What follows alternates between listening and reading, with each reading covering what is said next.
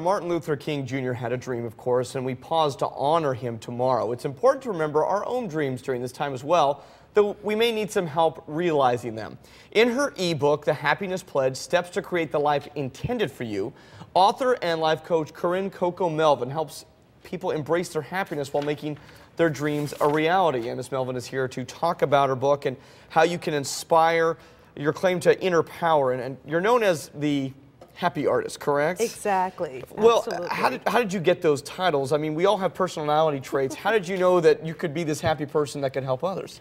Well, you know, first of all, it started off with me with my artwork. I'm an artist. Nice. And my paintings are very colorful and very bright, and the message is about happiness. So people say I just exude with happiness, and so therefore I was dubbed happiness artist and happiness coach by my clients. Well, let's get into your book. What was the inspiration for the book besides happiness? How did you want to approach this? And then you did it in an e-format, which is a little bit different as well. Exactly.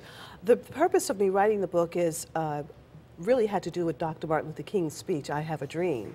And the three unalienable rights of humans is liberty, freedom, and the pursuit of happiness. Sure.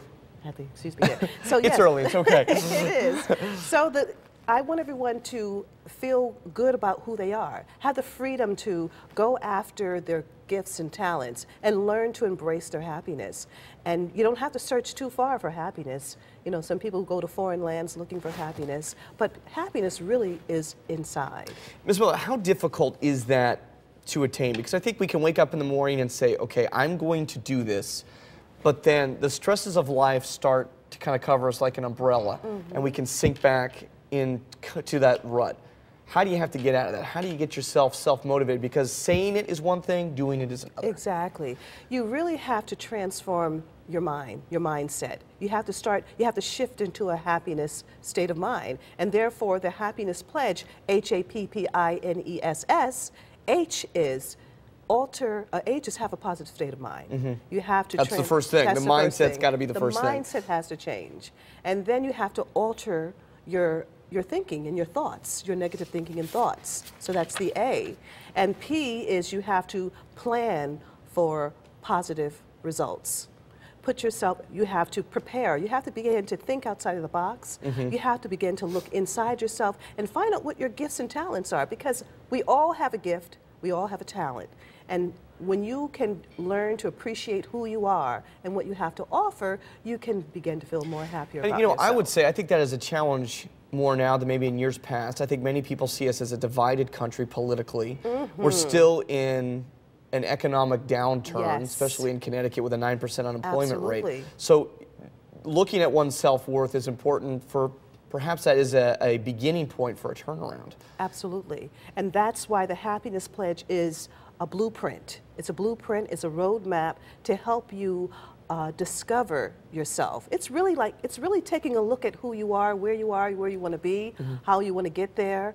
And don't worry so much about, this is the time when we're in a situation like this, the economic situation that we're in, to begin to think outside of the box. Begin to think outside the box. Begin to find avenues which make you feel good about who you are. Begin to discover your gifts and your talents. Prepare for endless possibilities. Invest in yourself. There's so many seminars. There are books. My book, for instance. That will help you and guide you to the road to your happiness. But I think, too, we could probably draw on past experiences when we look at even the civil rights movement of the 1960s, where so much of America, Black America, you know, it was so divisive then. Yes, it was. And it was so derogatory toward the African American race, and yet you have people like Dr. King that said, look, I'm not going to be viewed as a color here.